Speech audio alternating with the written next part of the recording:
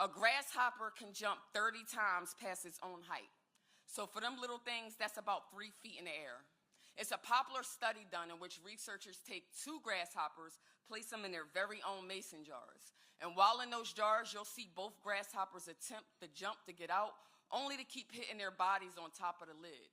After a few minutes into the study, the researchers removed the lid. Here's where it got interesting. Both grasshoppers attempt the jump to get out, but they wouldn't jump past the height of the jar, although we know they're more than capable of jumping 3 feet in the air.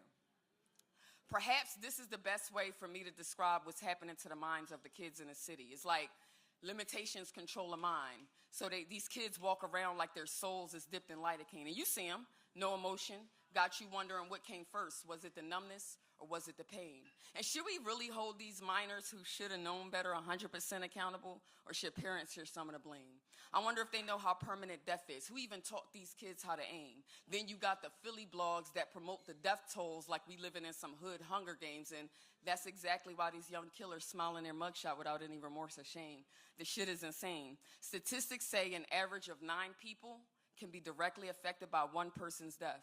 So that means if I times the ongoing death toll by 9, square that answer with the number of guns being added to the streets daily, times that with the number of people currently plotting retaliation. Oh, and you can't forget to add the number of suicides from those who saw no other way out. You get a city full of people now desensitized to crime. Y'all, we in a war zone. So trust me, I mean it when I say, sis, text me when you get home.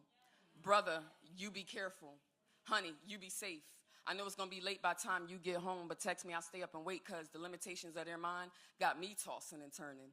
Now, I can't sleep at night. It's another shooting, friend of a friend, we all up in disbelief. I can't sleep at night wondering if the men in my family is going to be smoked over some petty-ass beef. I can't sleep at night just trying to sort through all the Phillies back-to-back grief. Damn, guess death is the only time people give a fuck that I'm actually resting in peace, because the limitations that are mine, the street culture is backwards. In Philly, you Joe is shit if you the first one seen speaking. And you can't let no one know that they inspired you, cuz that's Dickie. And the funny thing is, the 2 like-minded strangers who will probably make so much money together is the first ones you'll see beefing, because that silent competition doesn't end till one side is leaking or till the other side isn't breathing.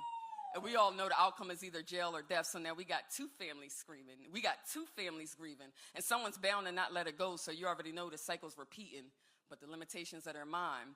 In Philly, the triggers differ. You better understand, you use the wrong tone, understand they'll deliver triggers. So you better understand that if someone's ego is under attack, ain't no telling how long wanna go tit for tat, because personal satisfaction from seeing someone else's pain is what determines a lick back. Even if it means sabotaging themselves. See, I don't get that, but it's the limitations that control a mind.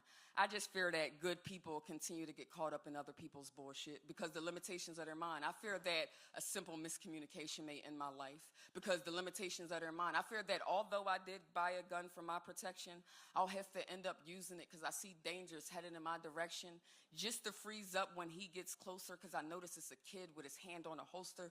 And for a split moment, I don't know whose future I'm protecting. Limitations that are mine. In Philly, these kids are out there goddamn mind, and it's a new culture that we the old heads must define, one where these young grasshoppers can look at the current circumstances in their life, know that it's temporary, know that it's just preparation for something greater, know that we the old heads is already working to break a cycle, already working to make some noise to shatter the glass jars that was unfairly placed around them, so when the opportunity comes for them, hopefully these next generation of kids will be prepared to jump 30 times higher than they ever thought they could. My name is Steph Fox, guys. Thank you, guys.